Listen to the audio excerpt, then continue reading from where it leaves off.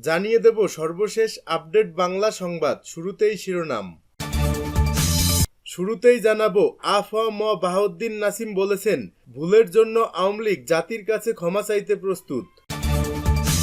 এদিকে নির্বাচিত সরকার ছাড়া দেশ সুষ্ঠুভাবে চলতে পারে না বলে মন্তব্য করলেন দুলু। আরও থাকছে, বিচারের পর আওয়ামী লীগকে নির্বাচন করতে দেয়া হবে বললেন ডক্টর মোহাম্মদ ইউনূস। এবং সর্বশেষ জানিয়ে দেব, মামলা দিতে গিয়ে গ্রেপ্তার হলেন সাবেক বিএনপি নেতা শাহজাহান ওমর। এতক্ষণ শুনছিলেন সংবাদ শিরোনাম, এখন থাকছে বিস্তারিত। আ.ফ.ম. বাহাউদ্দিন নাসিম বলেছেন, ভুলের জন্য আওয়ামী লীগ জাতির কাছে ক্ষমা চাইতে প্রস্তুত। ভুল করে থাকলে আওয়ামী লীগ জাতির কাছে ক্ষমা চাইতে প্রস্তুত, এমনটাই জানিয়েছেন দলটির যুগ্ম সাধারণ সম্পাদক আ.ফ.ম. বাহাউদ্দিন নাসিম। আওয়ামী লীগের ভেরিফাইড ফেসবুক পেজে শেয়ার করা এক পোস্টে নাসিম একথা বলেন। নাসিম বলেন, প্রকৃতপক্ষে আমরা যদি ভুল করে থাকি অথবা অন্যায় করে থাকি, সেই অন্যায়ের জন্য জাতির কাছে ক্ষমা চাইতে আমাদের কোনো আপত্তি অথবা আমরা ক্ষমা চাইব না, এ ধরনের গুরামি আমাদের ভেতরে কাজ করে না। এ ধরনের দল, এই মানসিকতার দল আওয়ামী লীগ নয়। আওয়ামী লীগের ফেসবুক পেজে শেয়ার করা জাতির কাছে ক্ষমা চাইতে প্রস্তুত আওয়ামী লীগ শীর্ষক একটি ভিডিও পোস্টে নাসিমের এই বক্তব্য প্রচার করা হয়। আত্মগোপনে থাকা আওয়ামী লীগের যুগ্ম সাধারণ সম্পাদক আ.ফ.ম. বাহাউদ্দিন নাসিম সময় টেলিভিশনকে টেলিফোনে দেয়া সাক্ষাৎকারে এসব কথা বলেন। ছাত্র জনতার অভ্যুত্থানে টানা 15 বছরের বেশি সময় শেখ হাসিনার নেতৃত্বে ক্ষমতায় থাকা আওয়ামী লীগ সরকারের পতন ঘটে। সেই দিনই শেখ হাসিনা ভারতে চলে যান। তারপর থেকে দলটির নেতারা ও সাবেক মন্ত্রী এমপিরা আত্মগোপনে আছেন।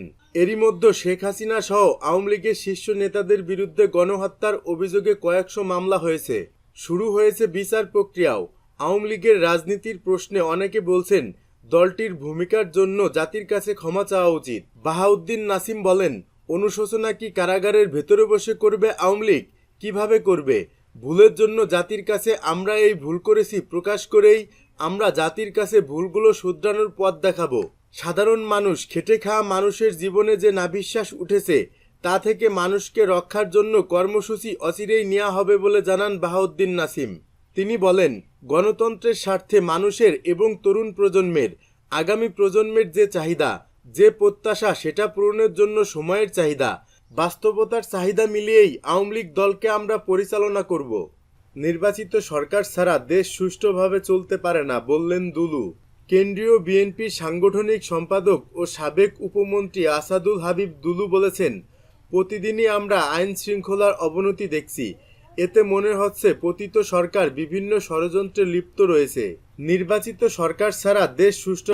দুলু বলেন, ছাত্র আন্দোলনের মাধ্যমে বিএনপির মূল দাবি ছিল সংস্কার করে শান্তিপূর্ণ, অবাধ, নিরপেক্ষ ও গ্রহণযোগ্য নির্বাচনের ব্যবস্থা করে দেয়া।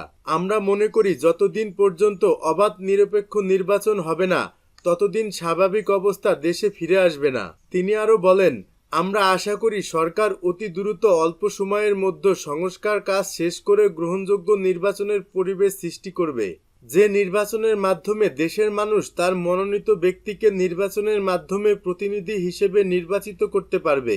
একটি রাজনৈতিক সরকারের দায়িত্ব দেশের আইন শৃঙ্খলা স্বাভাবিক করে দেশের মানুষকে সংগঠিত করা, দেশের সার্বিক উন্নয়নে নেতৃত্ব দেয়া। বিচারের পর আওয়ামী লীগকে নির্বাচন করতে দেয়া হবে, প্রধান উপদেষ্টা ডক্টর মোহাম্মদ ইউনূস। ক্ষমতায় থাকাকালীন আওয়ামী লীগ যেসব হত্যা এবং ক্ষমতার অপব্যবহার করেছে, সেগুলোর বিচার শেষে দলটিকে নির্বাচন করতে দেয়া হবে বলে জানিয়েছেন অন্তর্বর্তী সরকারের প্রধান উপদেষ্টা ডক্টর মোহাম্মদ ইউনূস। বৃহস্পতিবার বিখ্যাত মার্কিন সাময়িকী টাইম ম্যাগাজিনকে দেয়া এক সাক্ষাৎকারে এমন মন্তব্য করেছেন তিনি।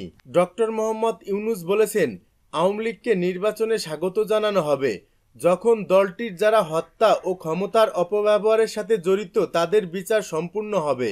অন্যরা নির্বাচনে অংশ নিতে যতটা স্বাধীন, তারাও ততটাই স্বাধীন। আমরা তাদের বিরুদ্ধে রাজনৈতিক অঙ্গনে লড়াই করব। সাবেক প্রধানমন্ত্রী শেখ হাসিনার ভারতে চলে যাওয়া এবং সেখান থেকে তার কথা বলার বিষয়টি নিয়েও নিজের অভিমত জানিয়েছেন প্রফেসর ইউনূস।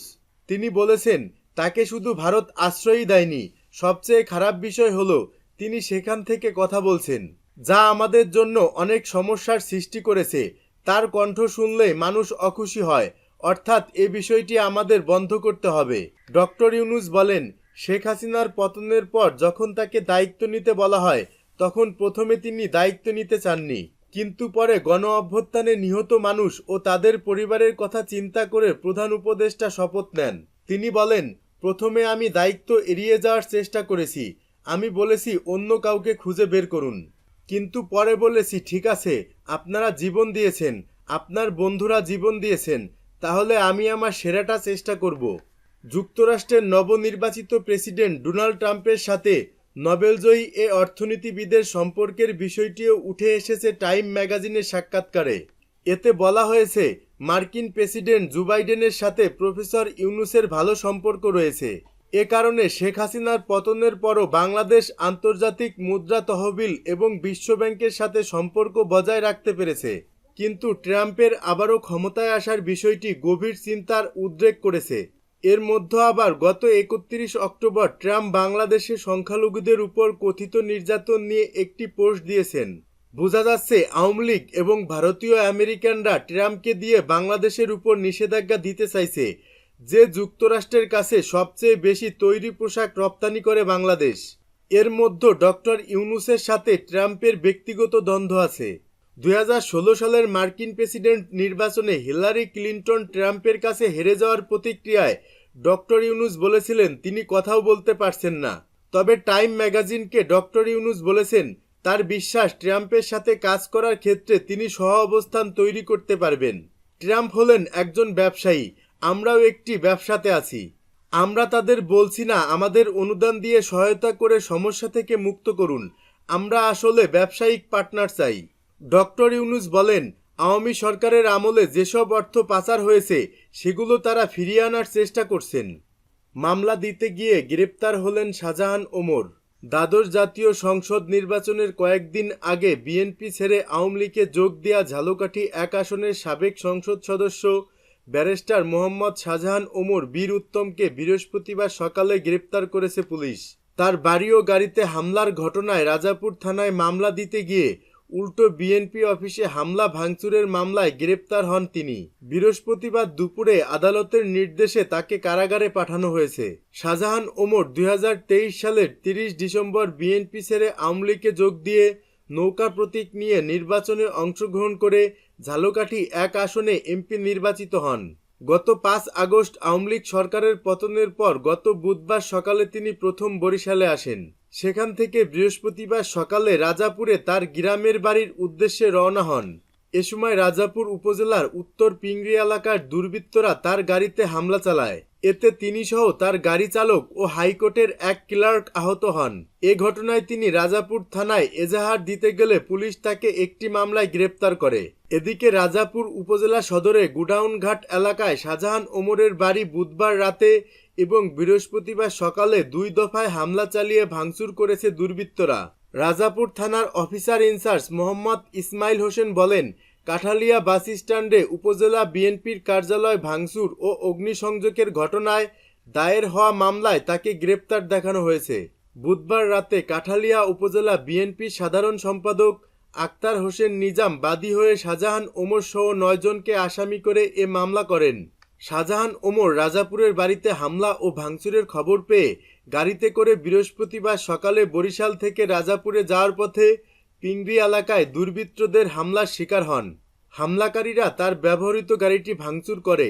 পরে ভাঙা গাড়ি নিয়ে তিনি রাজাপুর থানায় অভিযোগ করতে গেলে বেলা 12:30টার দিকে পুলিশ তাকে গ্রেপ্তার করে। ঝালকাঠি কোর্ট পুলিশের পরিদর্শক পুলকচন্দ্র রায় বলেন, শাহজাহান ওমরকে সিনিয়র জুডিশিয়াল ম্যাজিস্ট্রেট আফরোজা বিনতে শহীদের আদালতে তোলা হলে তার পক্ষে কোনো জামিন আবেদন এবং পুলিশের পক্ষে কোনো রিমান্ড প্রার্থনা না থাকায় খুব দ্রুত তাকে কারাগারে পাঠানোর আদেশ দেন বিচারক। আদালতে নেয়ার পথে শাহজাহান ওমর অভিযোগ করেন, রাজাপুর উপজেলা বিএনপির সভাপতি আবুল কালাম আজাদ ও সাধারণ সম্পাদক নাসিম আকনের নেতৃত্বে আমার বাড়ি ও গাড়িতে হামলা করা হয়েছে। আমি এসব মামলায় ভয় পাই না, আমি আবারও এই দেশে এমপি মন্ত্রী হব, লিখে রাখেন। এ ব্যাপারে উপজেলা বিএনপির সাধারণ সম্পাদক নাসিম আকন বলেন, কারা তার বাসভবনে ও গাড়িতে ইট নিক্ষেপ করেছে তা আমার জানা নেই। বিগত 1/11 সরকারের সময় আত্মগোপনে থাকাকালে দুর্নীতি মামলায় স্ত্রীসহ শাহজাহান ওমরের 13 বছরের কারাদণ্ড হয়। পরে আওয়ামী লীগ ক্ষমতায় থাকাকালে দীর্ঘদিন সরাসরি রাজনীতি থেকে দূরে থাকেন। দুর্নীতির মামলার রায় স্থগিত রাখাসহ নতুন করে মামলা মোকদ্দমা থেকে নিজেকে সম্পূর্ণ নিরাপদ রাখতে গোপনে আওয়ামী লীগের সঙ্গে ঘনিষ্ঠতা গড়ে তোলেন। সর্বশেষ দ্বাদশ জাতীয় সংসদ নির্বাচনে হঠাৎ করে আওয়ামী লীগে যোগ দিয়ে ভোটারবিহীন নির্বাচনে এমপি নির্বাচিত হন।